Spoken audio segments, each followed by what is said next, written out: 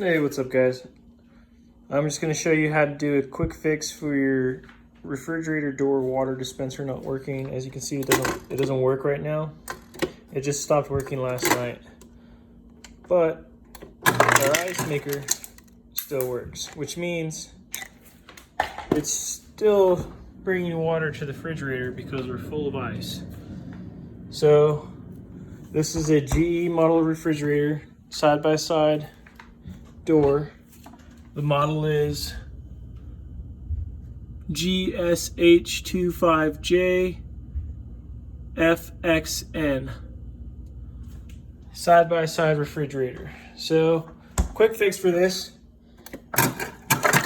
is the water line, I think, is frozen from being too cold. What happened last night is this door was open for an excessive amount of time, so somehow that cooled the freezer water line up, which is in here. It's what freezing the water. So I'm gonna give it a shot. I'm gonna try and take a blow dryer, this little guy right here, up in there and on the back side, and I'll let you know how it goes. All right guys, I'm back about 5 minutes later. I'm just blow drying this little hole right here. And look what we got. We got some nice water.